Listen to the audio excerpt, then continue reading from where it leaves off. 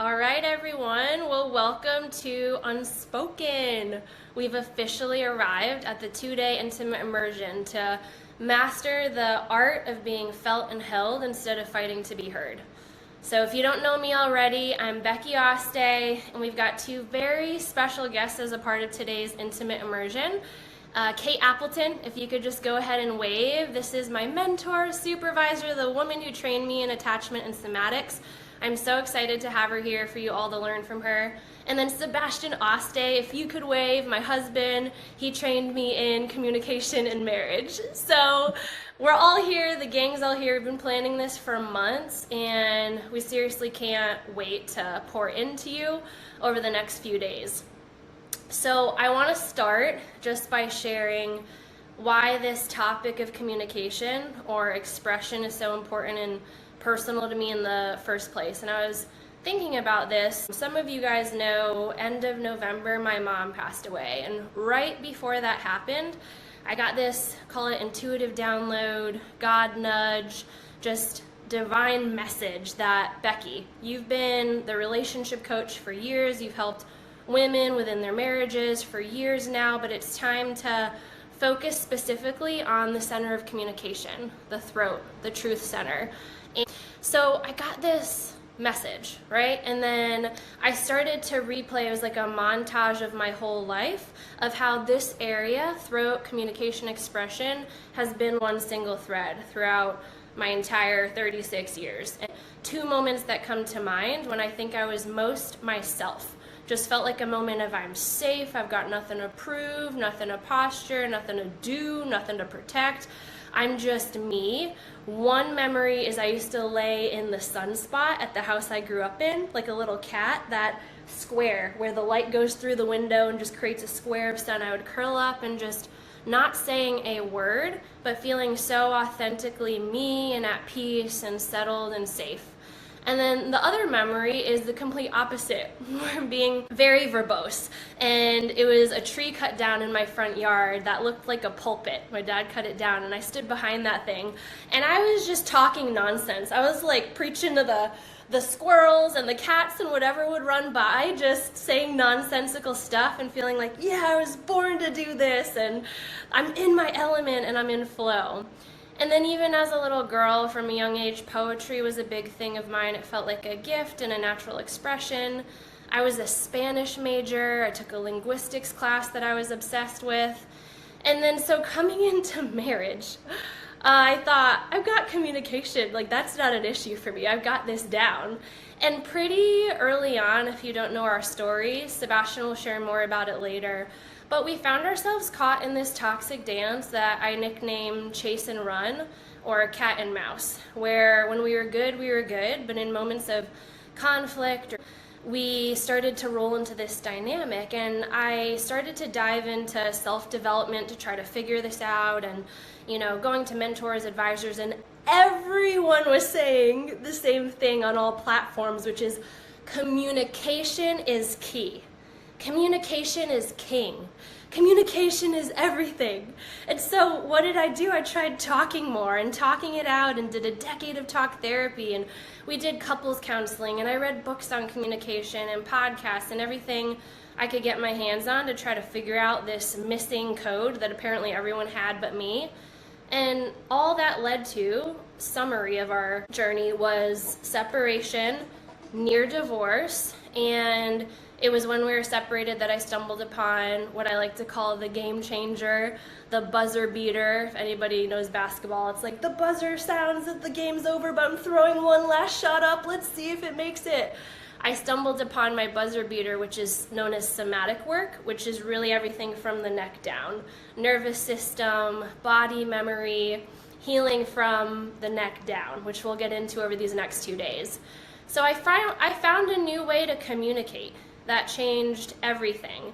And it was the nonverbal side of communication. It wasn't just spewing more words out of my mouth or staying up till 3 a.m. in those cyclical talks. You guys know what I'm talking about, where it's not going anywhere, but you keep talking and talking and talking. I found a way to communicate from my body that sent a completely different message that opened up the door for intimacy and authenticity for the first time in our marriage. And this has later bled into completely changed the way that I do business, parenting, and then even being able to connect with my mom.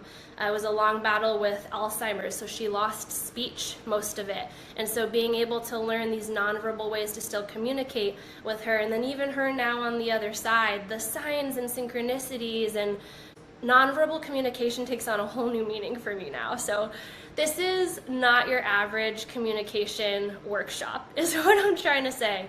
My highest hope today is that you all feel like you got $100,000 worth of value for just $11, and that you walk away feeling like you inherited invaluable wisdom from Kate, who is the coolest elder on our planet right now. Just heads up, I can't wait for you to meet her.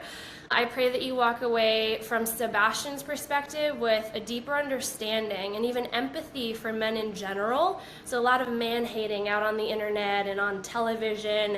And then from me, I hope you just feel like you have a guide and a partner after these 2 days together, that I'm not your guru, I'm not Jesus Christ, I'm just Becky from the block who's so freaking happy that I found what I found, and it really is my highest joy to get to share it with all of you, for people that are so hungry to receive. So last introduction, I want to have Julie wave. Julie is my amazing client support coach in the Root to Rise program, the 90-day journey that my clients go through, and she will be womaning the chat today. So if you have any questions, feel free to ask, and she'll be in the chat. So I'm going to actually say a little prayer. If you want to close your eyes, you're welcome to, or not, and then we can get into it. And I say God, replace it with source, universe, mother nature, whatever feels good for you. God, thank you for this sacred, special time of being together. My prayer for this entire experience is that every single unique individual walk away with exactly what they're meant to receive, or know, or understand from our time together, that they can walk away feeling lighter, more hopeful, and with practical guidance and tools to be able to live their most authentic and aligned life, experience their most authentic and aligned connections and partnerships with family, friends, and that this 2-day experience really changed the trajectory of every single individual's life for the better. That they remember what was planted here for years to come, years down the road, and that what's planted today can even trickle into future generations in ways that we won't even be able to see on this side of heaven. Amen.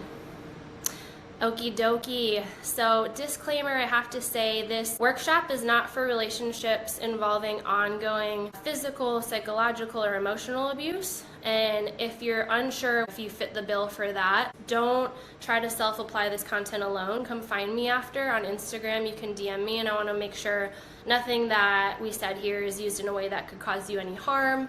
We can look at your specific situation together and see what can be put in place to really support you in a unique, individualized way.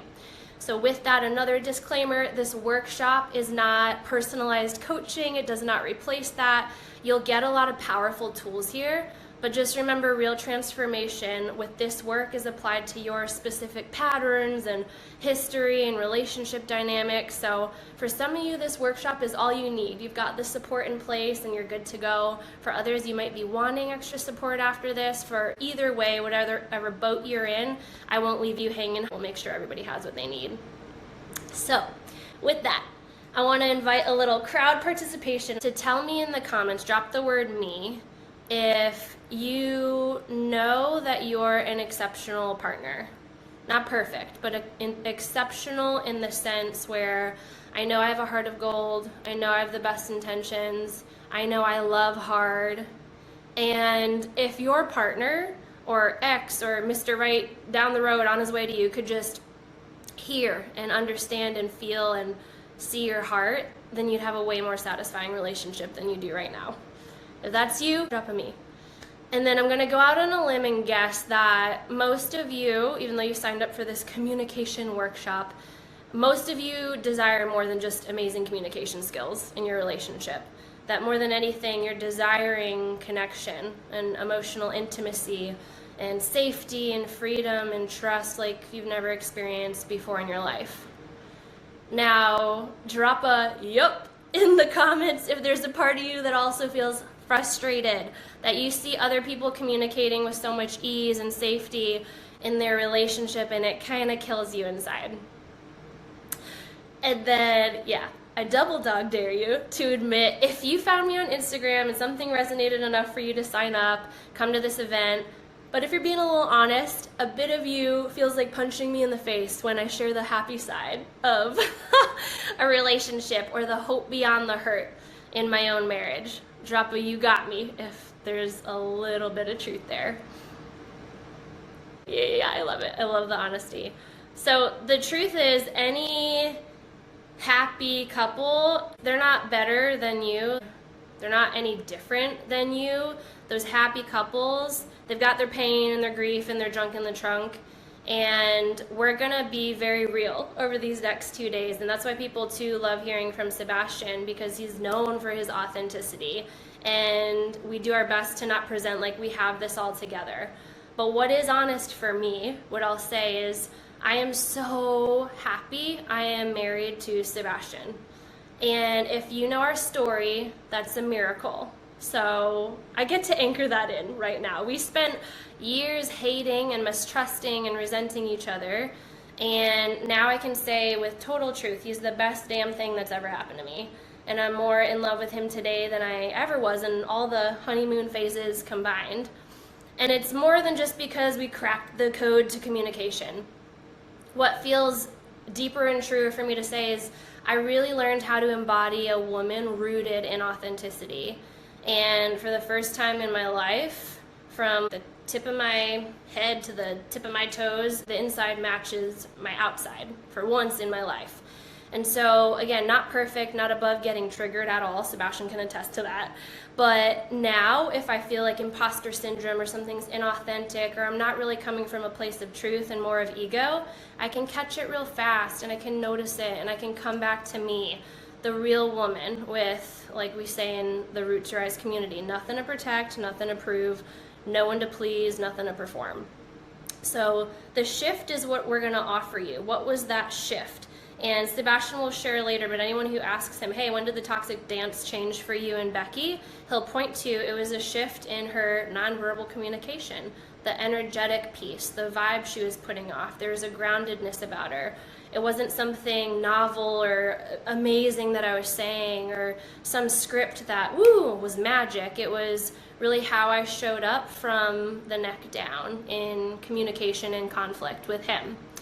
So if you're here, I'm pretty sure you're sick of all the frameworks and strategies and all the like Band-Aid tips and tricks for better communication, and maybe you even think you've learned everything there is to know, but I just want to assure you, if you're here, there's more to know, and I'm really, really excited to share. So with that, I'm going to share a little bit of slides. If you have a notebook, if you like taking notes, feel free. That helps me remember. But also know this is all being recorded and will be sent to you right after, so you don't have to worry about missing anything. All right, so secret number 1. If you know me, any masterclass I've ever thrown ever has alliteration in it, and I had no alliteration in this masterclass, in the secrets, in the titles, in the anything, so instead I've settled for rhyming. So secret number 1, words are for the birds. For so long, like I shared with you guys, I was trying to fix our marriage or close that gap or find connection just from the neck up with words. And little did I know that I was only tapping into the 7% of communication that actually is exchanged when two people are communicating about emotions. So, fun fact, 93% of communication of emotions is nonverbal. It's the body language, the facial expressions, the tone, the pitch of your voice. Only a tiny little pizza slice is the words coming out of your mouth. If you want to dive deeper on this, it's an amazing study done by Albert Mehrabian, psychologist at UCLA. And this ultimately was the game changer that helped me and Sebastian shift the toxic dance, and what I offer to all of my clients is being able to speak with that 93%. And this doesn't mean not ever use the 7%, but remember, our biggest leverage point is actually finding from the bottom up safety in our nervous system, settledness in our body, a total presence for the present moment, being able to stay with ourselves in moments when we are feeling scared and we're feeling threatened. Okay? So I want to test this out. Drop me if you love Schitt's Creek. If so, this might give you a little leg up with this experiment, but we're going to watch two of my favorites from Schitt's Creek who are very expressive in their body language, in their facial expression. This is Alexis and David. And we're going to play a little game. I'm going to play this on silent in a minute, and then what I invite you to do as you put on your little somatic practitioner hat for a moment to track their nervous system and their body language and their facial expression, just guess. Just play and guess in the chat what message you think they're sending. What are they communicating? What are they saying even though you can't hear the words?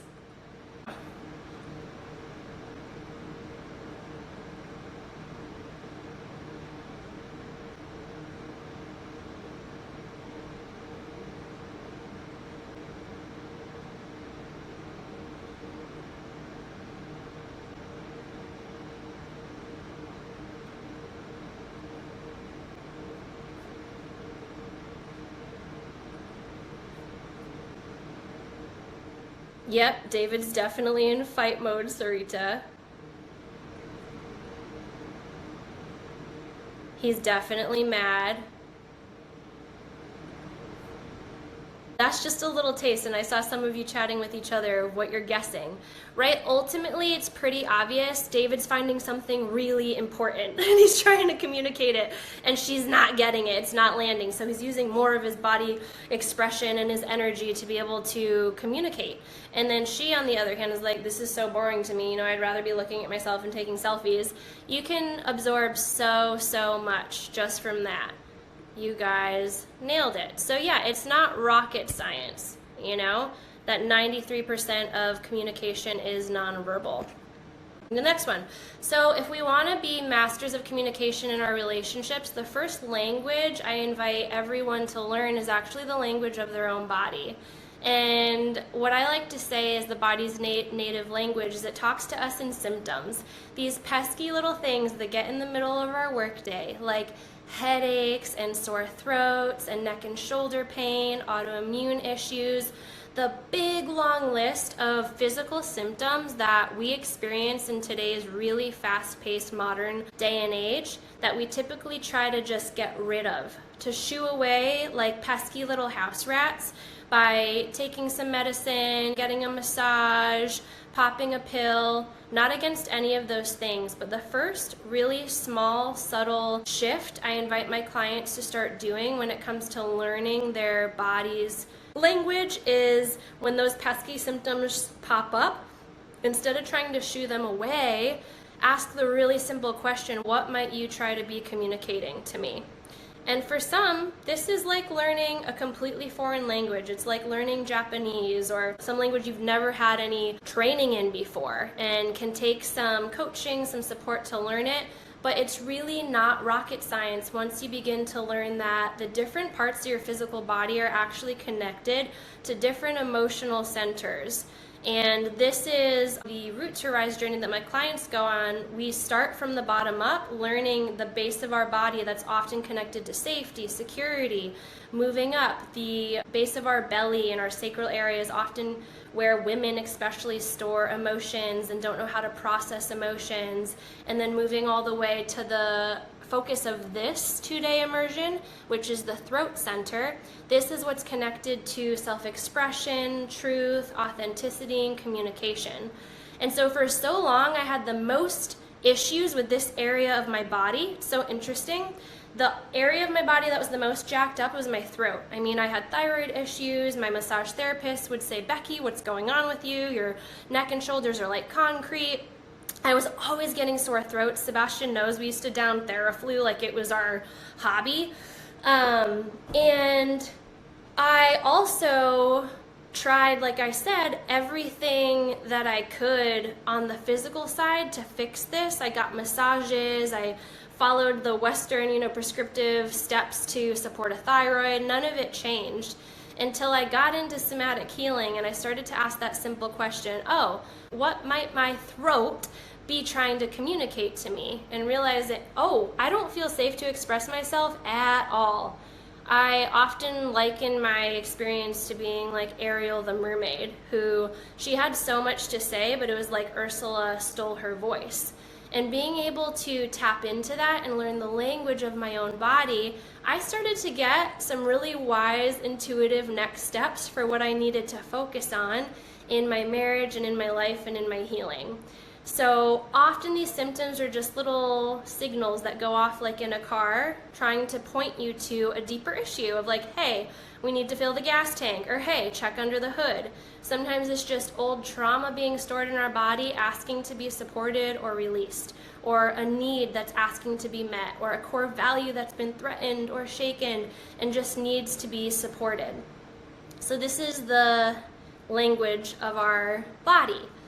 Last thing we're gonna do is do a little game before I pass this to Kate. And in communication, I call these the 6 F responses, or in the community, the somatic F-bombs. Most of you have heard of fight and flight, but there's 6 total we can look at. There's fight, flight, freeze, fawn, flop, and then the goal, where we're all regulated and feeling safe, frolic. So go ahead and drop in the chat which picture is a fight response. It's really fun to study animals in the wild. Peter Levine wrote an incredible book called Waking the Tiger that studies animals' instincts and nervous systems and survival responses, and has so much application to the same way that we show up in our most intimate relationships. Okay, if you said A, it's correct. The dog is clearly having a fight response. Now how about flight? Go ahead and pop it in the chat. Which one is a flight response? This is a wise instinctual reaction to I'm not safe, I must flee. This is how I find safety. Now how about freeze? This shows up often in moments where, oh my gosh, I don't think I have a shot if I fight because that bear is bigger than me, or that person is a better arguer than me, and I also don't have the ability to flight because either that gazelle is faster than me, or I'll get in trouble, there will be some consequence if I actually leave the room and flight away. So we can find ourselves in this scared freeze response where voice is often paralyzed. If you chose B for freeze, you're correct. Now fawn. Fawn is please don't hurt me, I'll do anything you want. I will people please even if it means abandoning myself. I'll do whatever to make sure that you stay happy with me. That's how I'm going to be safe. Again, an intelligent response for survival in the wild. And then how about flop? It's like, oh, nothing's gonna work. Either I've tried everything and none of it worked, or I literally have no shot. This is the most threatening situation I could imagine myself in. And so how we see this in the wild is animals literally playing dead. And it's a wise instinctual way to conserve energy if they've expended too much for too long, or if they really are at the point where they know they're about to be killed. This is the loving reaction of the nervous system where sensations are not able to be felt. If, God forbid, all the animal lovers, I'm sorry right now, but if that little possum was about to get killed, they wouldn't be able to feel the extreme sensations of the pain because their body went into a flop response. So we all experience these. Go ahead and pop in the chat which 2 show up the most when in conversation with your partner or with someone where it's getting heated, or you're feeling unsafe, or you're feeling threatened. Which 2 do you respond with the most? What's your knee-jerk reaction? Ultimately, the goal for all of us is frolic.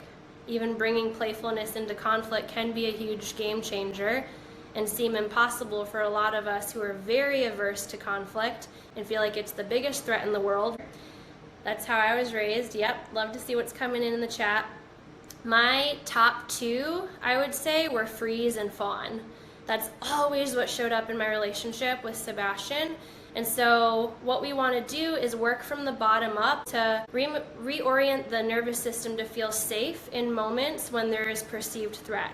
Because whatever response you learned I'm going to say it's for really good reason. It allowed you to survive whatever really hard stuff or traumatizing stuff you had to survive in your past.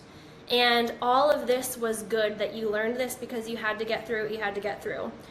Now, if you're in this experience right now, if you're at this unspoken immersion, it's probably because you've found that these survival mechanisms have just reached an expiration date and they're actually blocking connection and intimacy now rather than helping you.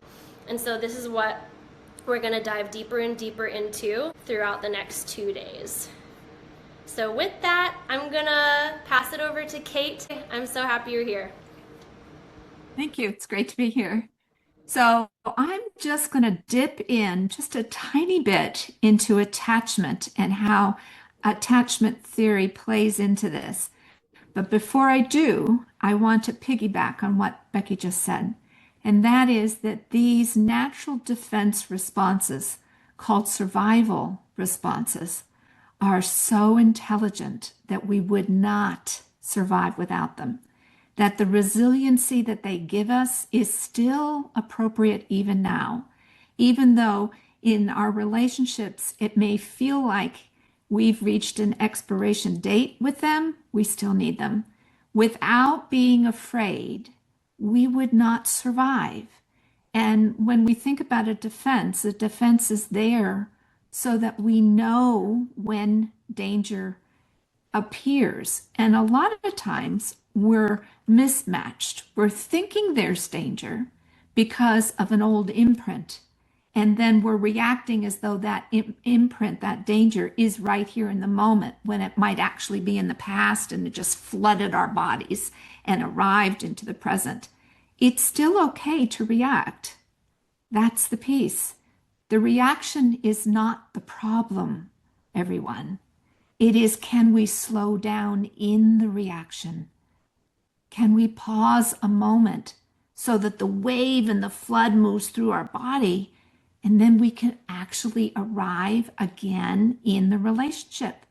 When we're in the relationship, in the middle of our own reaction, can we pause just long enough to feel and notice, I'm freezing, I'm fawning, I'm mobilized, I need to run, or I can't talk, I can't find my voice.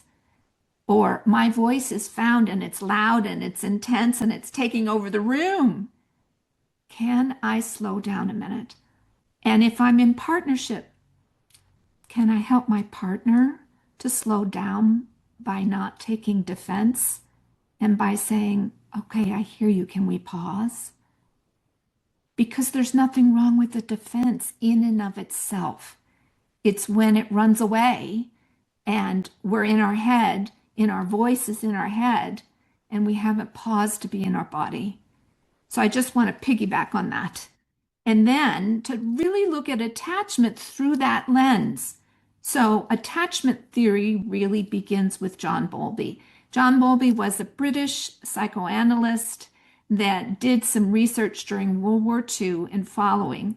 And he gives us that foundation of understanding how a secure base is what gives children the ability to stay in connection, how they build connection. So he's our base. He gives us our foundation. And then along comes Mary Ainsworth, and she did the strange study, which then out of that gave us an understanding of some styles of how we connect. And those are called the attachment styles.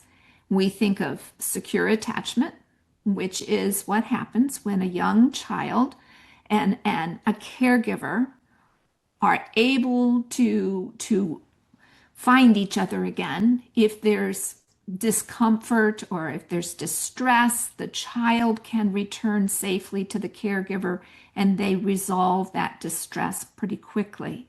It does not mean that there's never discord. Did you hear me? Secure connection does not mean there's no stress. It just means that there's enough trust that the individuals can find their way back to each other. Then we have the two that are most known for, and that's the avoidant and the anxious ambivalent. And if you think about it, that has a lot to do with those defense styles. One is more mobilized, one is less mobilized. There's less movement. So the mobilized one has a lot more anxiety and ambivalence in it. It's the anxious ambivalent is the connection style that says, come here. I want to stay connected. I can't bear being disconnected. I'm going to text you all the time. Why aren't you texting me back? And that's that style. We all know it. And then avoidant. Avoidant is more disconnected. The truth is that with avoidance, they actually sometimes are more connected internally. Sometimes there's just as much anxiety. It's just masked and it's internal. And part of the reason for that is that early on, it wasn't safe to actually connect, or when they tried to connect, there wasn't anybody finding them. They might have cried as a child and nobody came. So they learned to take care of themselves. So these come from our early movements when we're babies, 0 to 3, really. Then that last style was created by Mary Main. And what she discovered was that blended state that we all know called disorganized. I am disorganized. Most of the people I know that I'm really close to, yeah, we're probably disorganized. It just means a blended state. It means sometimes I'm anxious and I really want to connect. And then as soon as I connect, I'm like, a little much. I need space. I need space. I need space. So it's come here, and it's go away. And over time, one can learn to soften that, to learn to have a little more trust, to stay a little longer when I get anxious. Especially it happens to me in big groups when I walk into a room and I don't know anyone, particularly if I'm a speaker and I'm in a room, not like this because I'm on a screen and I'm safe. I've got my room behind me. But if I'm walking into a room in town and I'm going to speak, I am anxious. And so what do? I pull away. I want to hide, retreat, but I can't. So I've got to come forward. So I've got to hide. I've got to come forward. I got to hide. I got to come forward. I'm learning how to manage that with the somatic techniques of slowing my breath. Maybe I'm going to tap my chest right here, remind myself that I can find my feet. There are lots of somatic tools, of course, that can help me be with the natural instinct that comes up that says, how do I create enough stability and safety in my own body to be inside a relationship where I'm not sure I'm going to be understood? Now remember, safety for some of us equals being understood. That's not always true, but for some of us, we so want to be understood. That's about the story. It can be about safety, and safety is found in the nervous system. It's not really found in the story. We think it's found in the story, but that's where the mismatch is. So what we want to do with attachment and with the defense system is we want to learn how to blend these two concepts. We want to understand that mobilization can be, I need safety by being an impacting force of nature in the room, big, in control. Or mobilization can be, I got to run away as much as I can. Or safety is adaptation. I'm going to move sideways. I'm going to orient to the other person. I'm going to people please. That's the fawning. Because safety is adaptation. Some of us learned that if we could adapt, we lived. I'm one. My abuser wasn't safe. I had to adapt by people pleasing, and it saved me, saved my life. Okay? It's not bad. I learned it. Or shutdown equals safety. Dissociation, freeze, can't move, can't talk. Another excellent way to manage safety. Those are all parts of the attachment system in the sense of how do I connect and keep myself safe? How do I disconnect and keep myself safe? And if we're just talking about the story, then we get into he said, she said, then we get into the issue. One of the things that I do with families, and that's the dominant population I work with, is that I really want folks to be able to do an exercise, and I'm going to show you real quick. And that is the story is in the middle. Okay, I'm here, my partner's over there. The story is in the middle. These are my emotions and my feelings. My partner has emotions and feelings. The story is in the middle. As long as the story is here, then I'm going to say, fuck you. I'm going to be mad at you. You are making me angry. It is your fault. Show up. Okay? That's about the other person. It's not about me. Or I'm going to make it about me. I'm so sorry. I'm so sorry. I tried. I really tried. You don't understand. Suddenly, it's here. But folks, the issue is between us. And then my body is having a reaction. And so is my partner's. So what we want to do is we want to be able to listen to what's happening in our bodies and in our partner's body and be able to check in, be able to say, I'm having a really hard time here. My body, my heart is beating fast. I can't catch my breath. And slow it down. Can I take a pause? PAWS, present awareness with self. Pause, like paw prints. Pause. Present awareness with self. Check out my physiology. And then, can I listen to my partner's physiology? What's happening to him? Do I even care, or do I care about the story?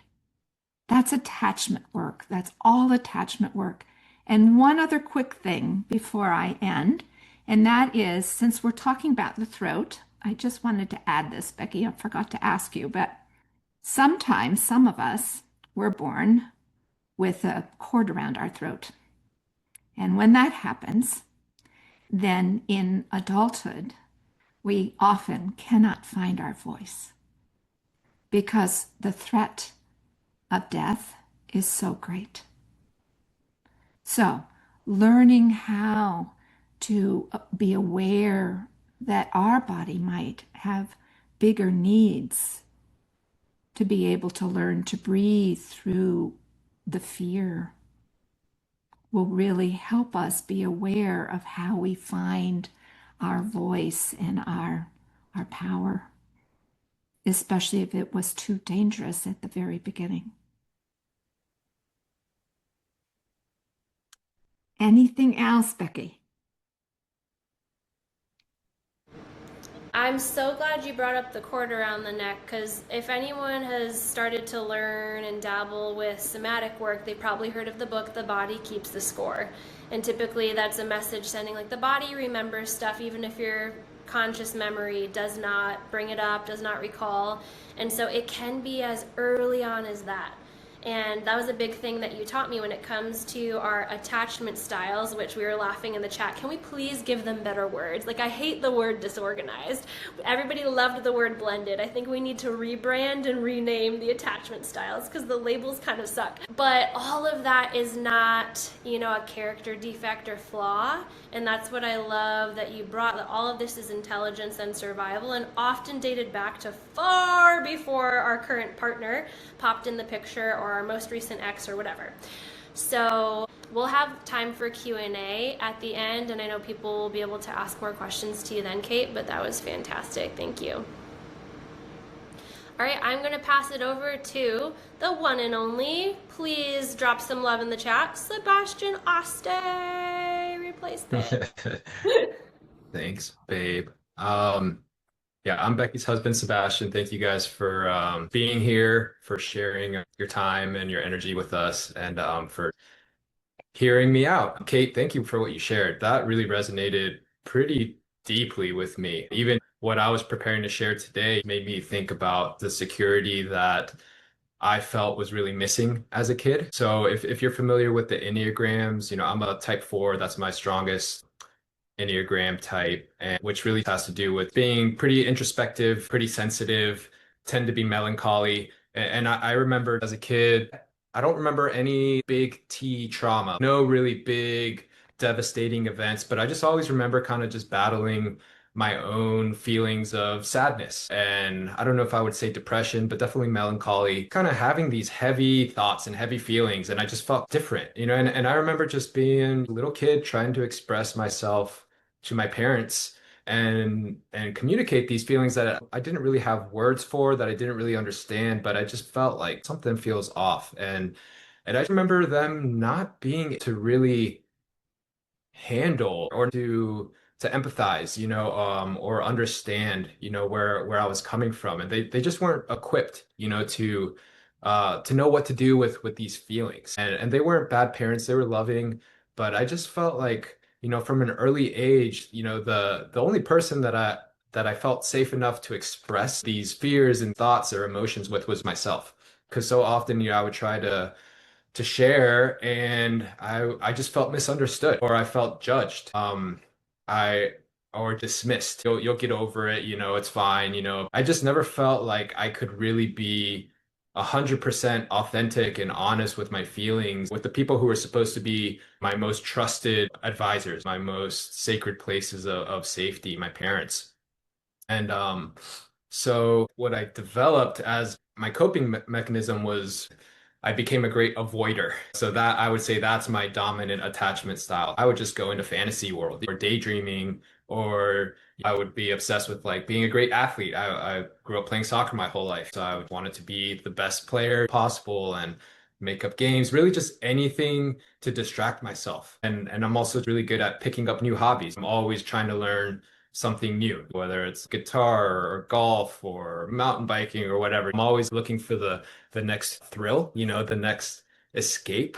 But that's really what that became as an adult, is I became a really great escape artist.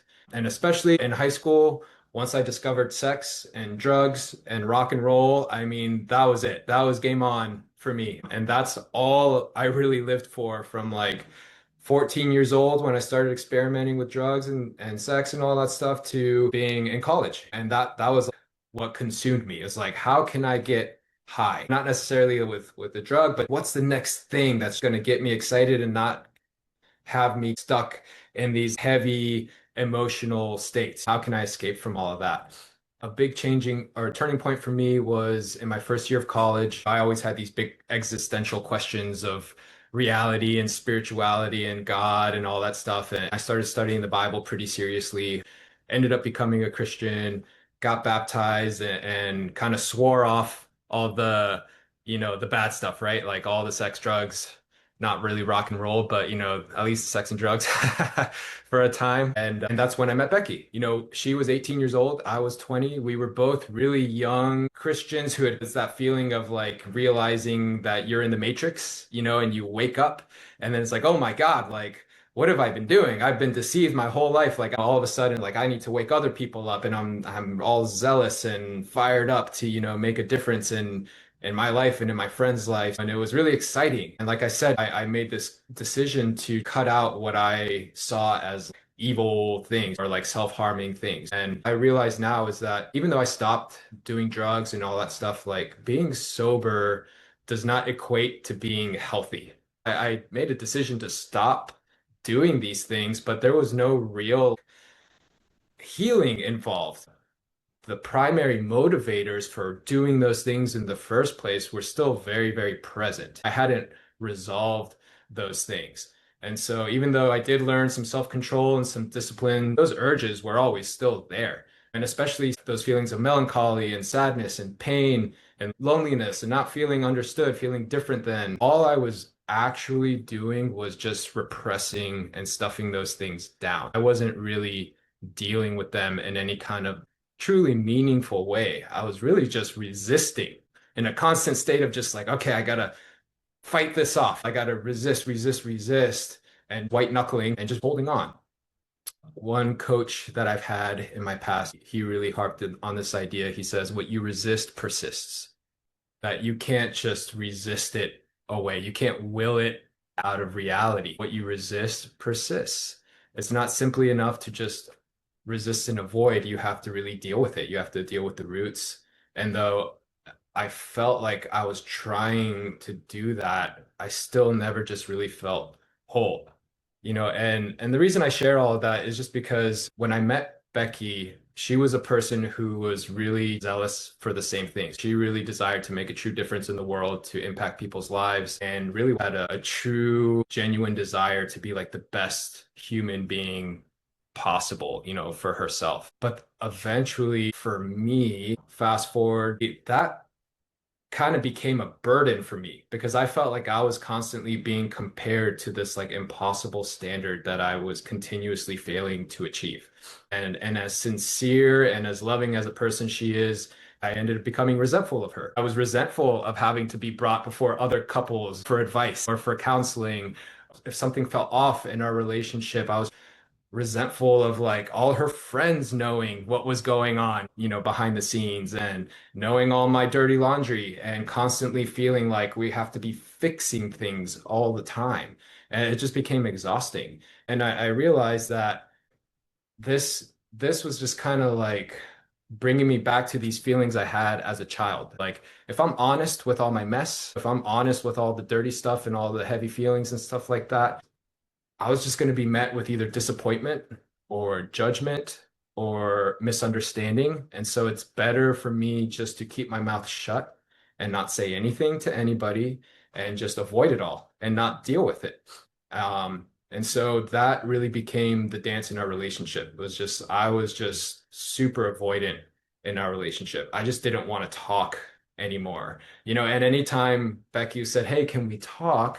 That was such a triggering sentence for me because I knew what that meant. I was like, oh God, like, all right, we have to talk. That means I've been doing something unsatisfactory, or something that has displeased my wife or she's upset. And so the idea of sitting down to talk felt like such a big hassle. It just felt like so like heavy, and I just hated like even just hearing that little phrase, that little sentence. I was already bracing myself. I was already shutting down. I was already thinking like, okay, how do I get out of this as fast as possible? So I very much the flight response. How do I get out of here as quickly as possible? And for me to do that, I'm doing the fawning thing, tell you what I think you want to hear so that I can just like be done with this. I don't know if any of you guys resonate with that, but that was very much the game that we were playing. Jason Ron, like she was saying.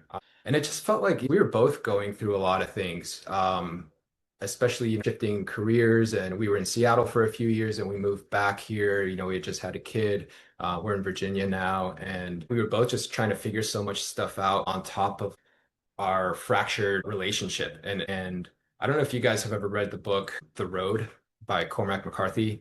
They made it into a movie. If you ever want to just feel really sad, that's a great book to read. It's very, very heavy, but it's basically the story of this father and son in this post-apocalyptic world, and they're just kind of traveling down this road trying to basically just survive. They're looking for food, they're trying to avoid people who are trying to steal the resources or attack them, and it's just a book about survival. Very like that time period for me, that felt like what I was doing. It was like, I'm just trying to survive. I'm just trying to keep my head above water and provide for my family. We have a young kid. We're kind of figuring all this stuff out. And then when Becky says, "Hey, can we talk?" I was like, oh God, I don't have the capacity for this. I would say yes because it was the right thing to say because I knew that's what she wanted to hear. But I just felt like, oh God, I can't survive with you just constantly pulling me down. It felt like a weight for me. And I think men in general, we are, what is the term? Maybe Becky, you can help me out with this, but Adam Lane Smith says that like ethically Ethical, avoidant. I don't know Yeah. if Ethically avoidant. Yeah. So it's like we want to do what is right. We want to do what is good. But at the same time, we can only manage so much before things start to fall away from us. We start dropping balls. And in this like survival mode where you're just trying to keep your head above water and keep yourself sane, when you have this other person who's like you feel like they can't do it on their own. It was like Becky doesn't feel secure and she doesn't feel safe unless I'm providing that for her. Unless I'm the one who is agreeing to do counseling with her, or agreeing to her, pleasing her, and just kind of checking off these boxes to basically get her off my back. And it wasn't until Becky stopped really going to me for the security and for the assurance, and she really started focusing on her own healing journey and doing her own somatic therapy work. And that was the first time in our relationship where I felt like I was no longer needed to make her feel any type of way.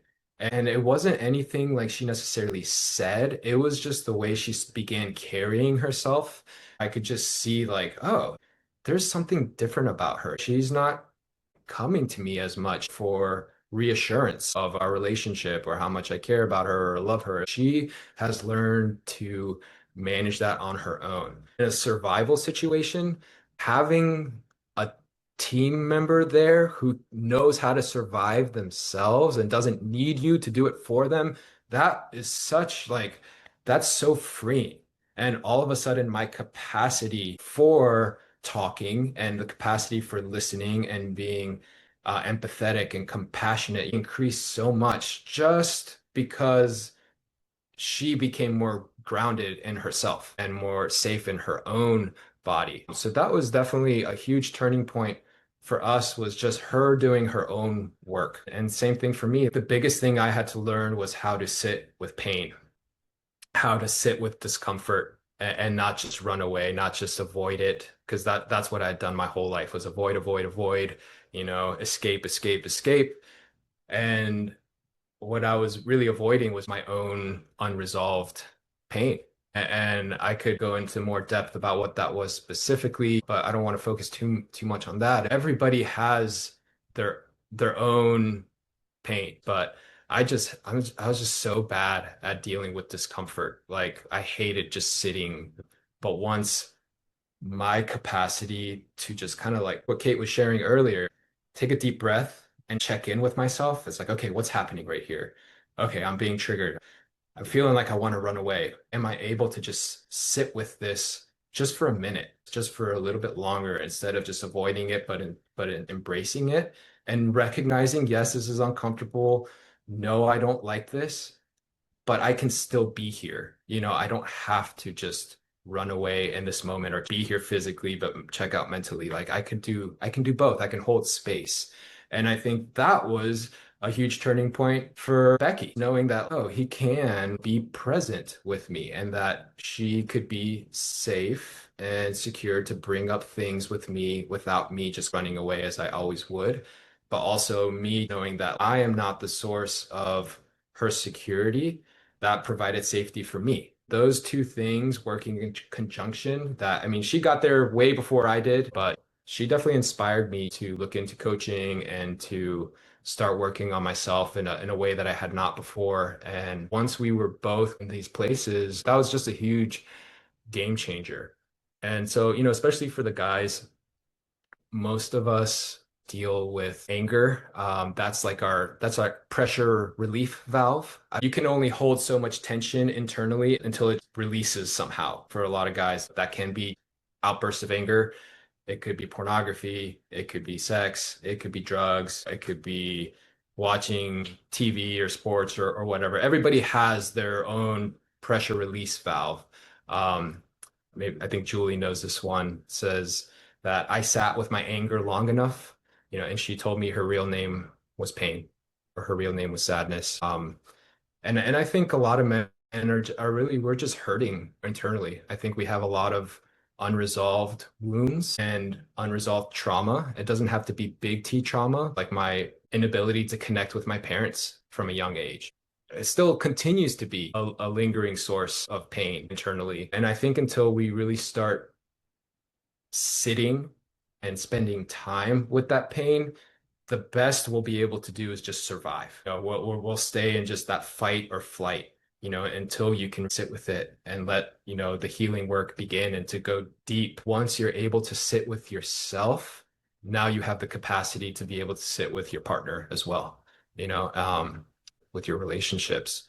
And so that's not an excuse to, act out because we have some internal unresolved trauma. That's not an excuse to, escape or run away.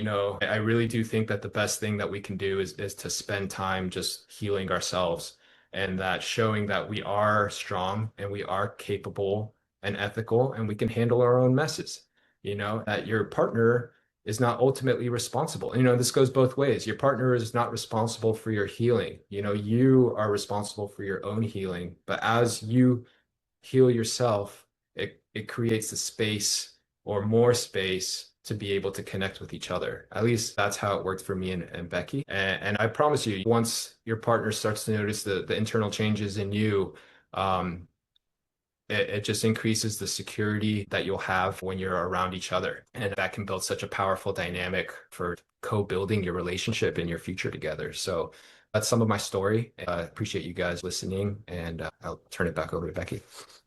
Thanks, Sebastian. I'm so fond of you, for the record. That's the first thing I said to him before I was ready to tell him I liked him. I was like, I'm fond of you. Awkward moment in the car. I wanted to share what Kate put in the chat and some conversations as you were sharing, Sebastian, in reflection to what you said. The feeling of being responsible to be the protector and provider of all care.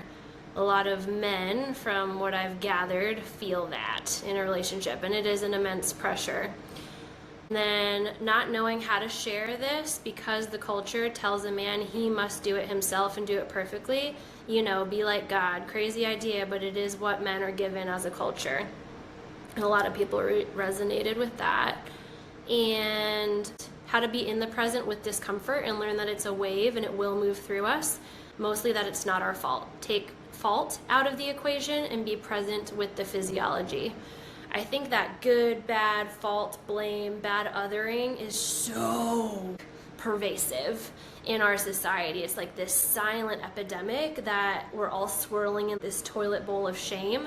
And so I love that you put that, Kate, in the chat, because being able to dissolve or integrate shame, start to practice and dare to embody radical self-compassion and radical acceptance for another person can open up this flow. I just picture a giant hallway of like, oh my God, there's space to connect. And that's one of the biggest shifts that I've experienced in all of this work is when we've gone through trauma, our negativity bias is constantly hypervigilantly searching for the next threat. We're in threat mode. We're in danger mode. Like, we've learned to spot the threat. And so I realize now for how many years I saw Sebastian as a threat.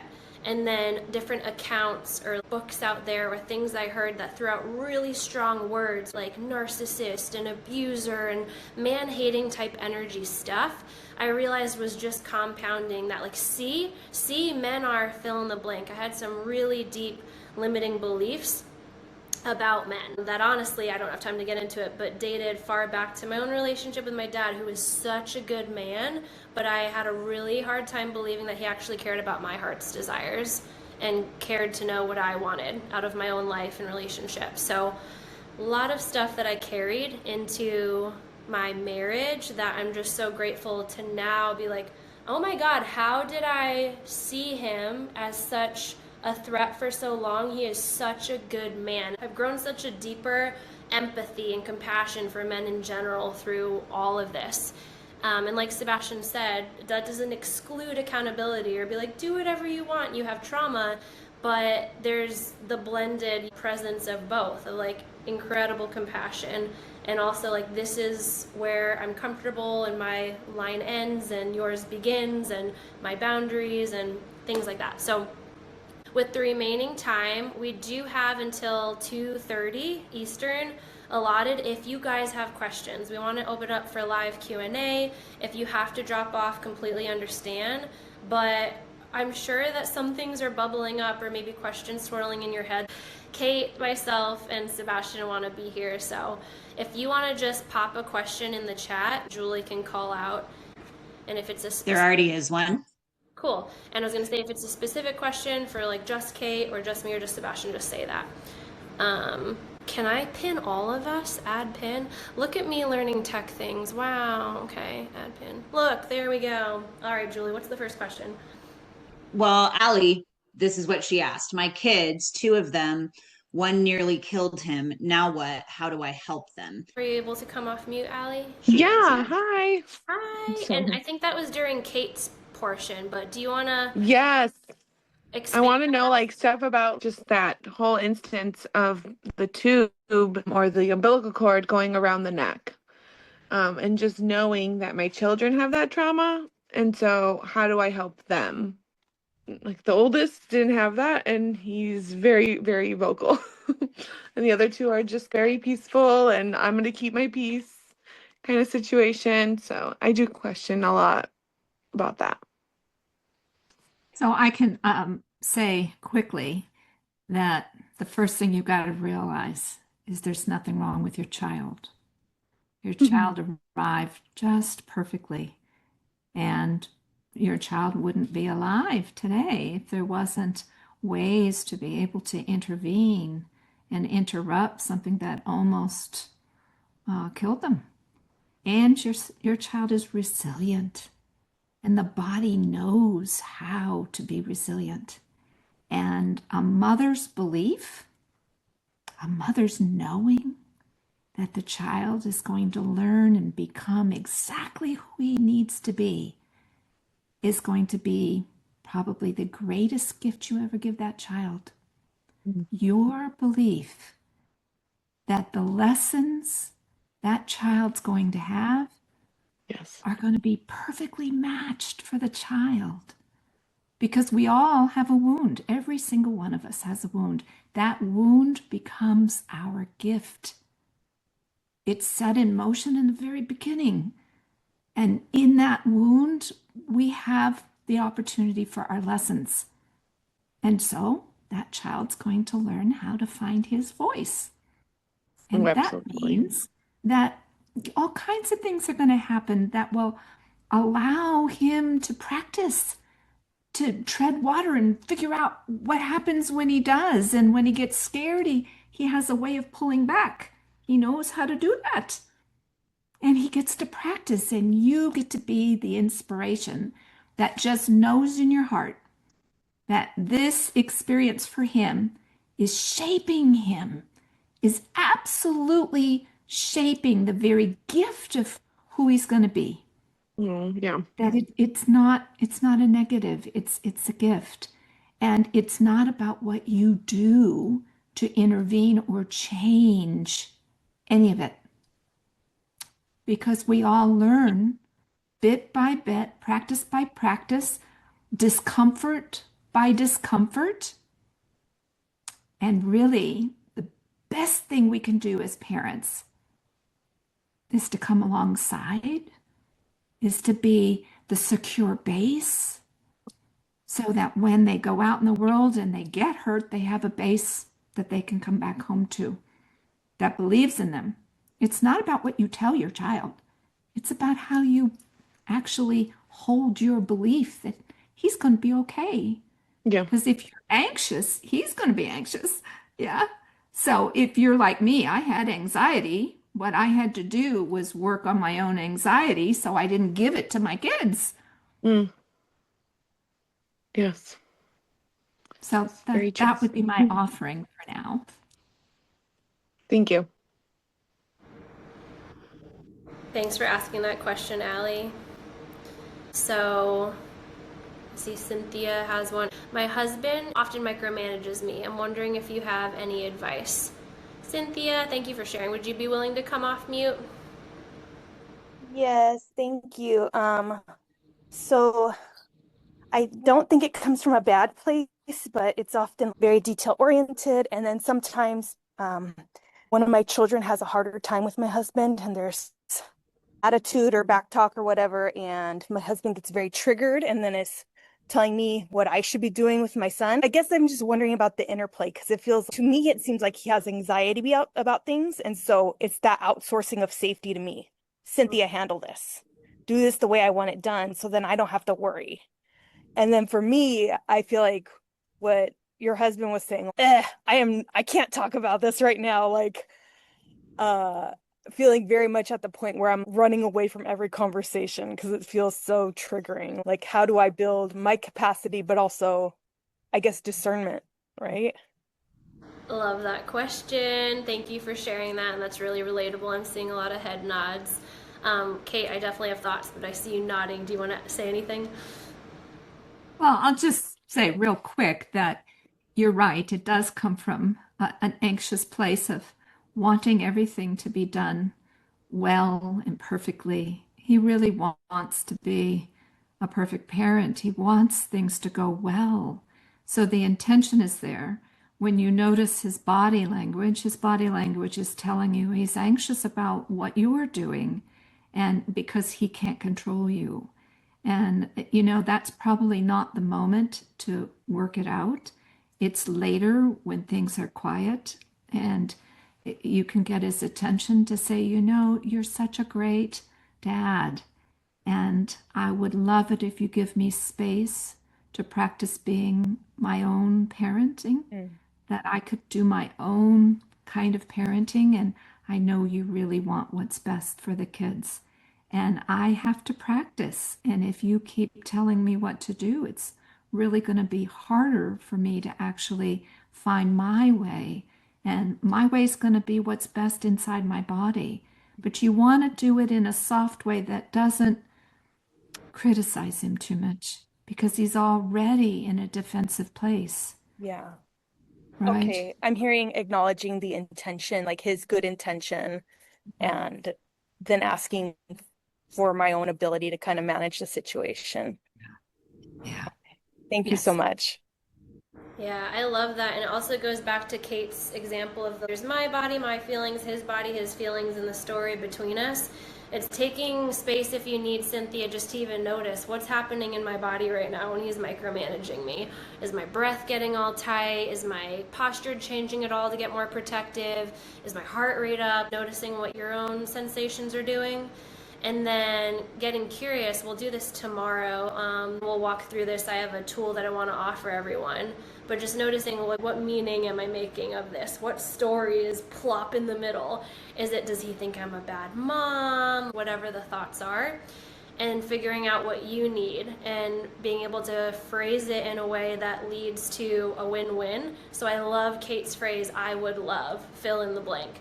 I would love, and then what your pure desire is. Not for you to back off. I'd try this with my kids. I'd be like, Anna, what would you love? For him to go away and not be my brother. I'm like, okay, that's not pure desire here. We're talking more you, what would you love? I would love to be a mom that feels the freedom to parent in a way that feels best in my body, just like Kate said. We'll go deeper into that tomorrow, and that was a really good question.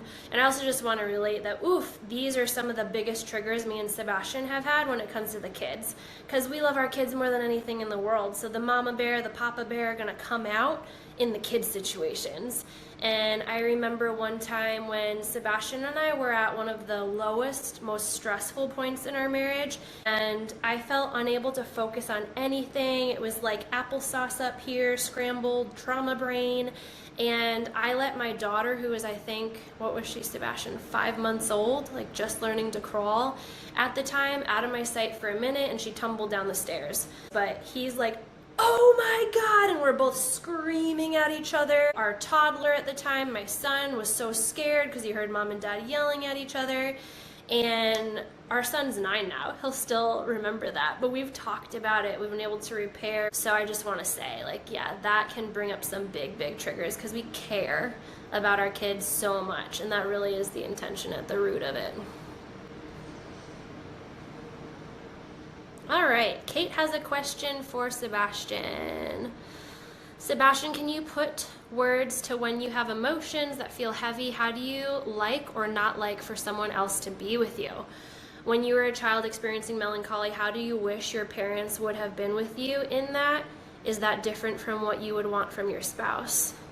Ooh, Kate, like bringing in some parts work healing. You're being Sebastian's therapist Yeah. right now. That's a really good question. And to be honest, sometimes I don't even really know. And I think that's that disorganized. I guess we all voted that that's not the right word to say anymore.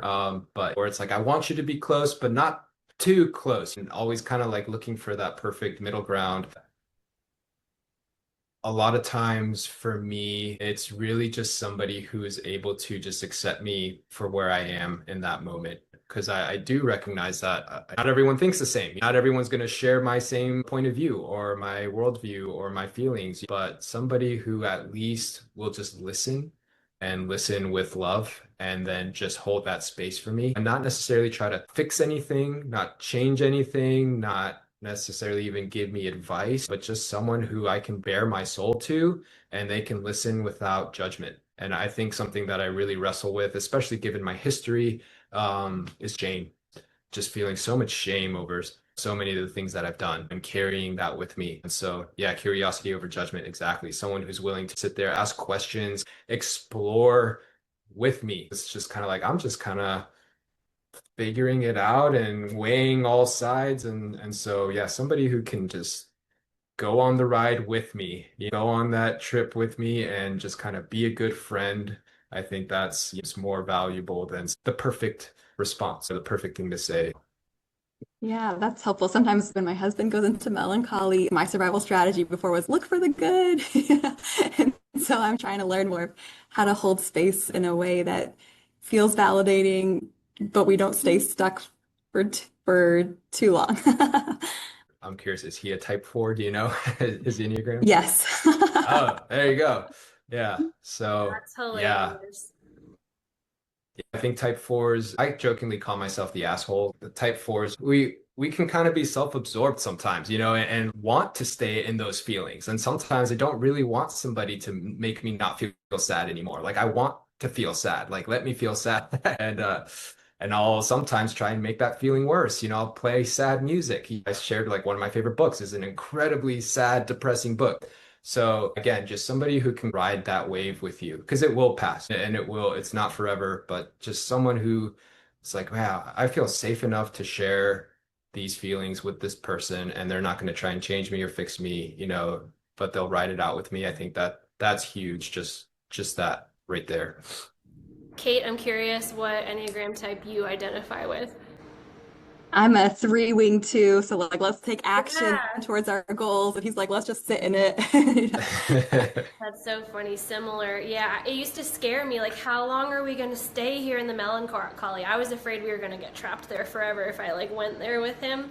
And it was kind of like, do you remember those Chinese finger traps where you put them in? If you tried to pull it too hard, you'd get stuck. I realized it was like that with Sebastian's emotions and his melancholy states. Like, when I try to yank him out of it, oh, he's going to bear down harder. He's like, don't you pull me out of this state. But it took real faith to be like, oh, if I actually ride this with him, he actually always comes out every time. So, good question. Sonia, when I bring up something that we need to solve about the house, work, etc., he feels I am outsourcing the decision to him, and sometimes he complains that he does not have to make all the decisions. In my point of view, I am just sharing so that we can start a conversation and not make a decision without asking him. Part of me is scared to make a decision he would disagree with and or scared that my actions would impact him, but he sees it as dependency. Awesome question, Sonia. And it's so good to see you again. Kate, would you want to speak to this one? Sonia's got so much time with me. She's heard my voice so many times. So, the truth is that this is ping-ponging in a relationship where how do we throw the ball to one and then the ball gets thrown back to the other? How do we create this back and forth dance between two people, especially if there's a little bit of fear in the middle? Again, if we can put the details in between us and notice that, I'm on this side and he's on that side, and we have to learn how to find each other. It's more complicated than I could answer quickly, but I think noticing what's happening in your body when you're asking his input. Like, are you coming from a place where you're timid about it, where you're anxious about it, or are you coming and asking for his input from a place of pretty secure confidence already, and you're just wanting him to participate? He might be picking up on your hesitancy and your need to have validation. And for him, that might make he might be feeling like everything depends on him. And so, again, some of that is in your body. So, what you want to do is kind of take a look at your body and what are you bringing to it. It's less about the actual question you're asking him and more about, are you feeling confident and safe? Are you feeling okay? And if you're not, you could pause and ground yourself and figure out how to take a look at what you really need from him. Because in that moment, what you really need might just be a hug and some confidence. It might not really be that what you need is him to tell you it's okay to do thus and so. And I almost feel like the question is a lot bigger than the time we have to really address it, Becky. Yeah, totally. We can talk more offline, Sonia, too. I can always connect you with Kate if you want more of her thoughts, but it was also the best question to complete our time in because it kind of brings full circle. The biggest thing we learned today is communication when it comes to emotional communication between partners is 93% nonverbal. So what Kate just said, it's so little about the question and the words and more about like what's going on in Sonia's energy and Sonia's body. And you've become a somatic ninja, Sonia. So I know you can tune in and be like, okay, I know when I'm grounded and when I'm not. And men are so good at energy, I've learned. They do know how to read energy, and they know that 93%, I think, a lot better than women sometimes. I think women are more literate in the emotional side. We are good with the articulation and that 7%. So for years, I remember telling Sebastian, like, I'm a safe place. You can be open with me about anything. Like, you don't have to hide anything from me. But energetically, it was like I was holding up a sign that said, the F you can trust me. Like, I cannot be trusted right now. So, all right, guys, it is 2:29. We'll have more time to dive deep tomorrow, but thank you so much for showing up today. This was a fantastic group. Loved how much engagement. And if you have any follow-up questions, find me on Instagram, Becky_Aste, and I love you all. Bye, everybody.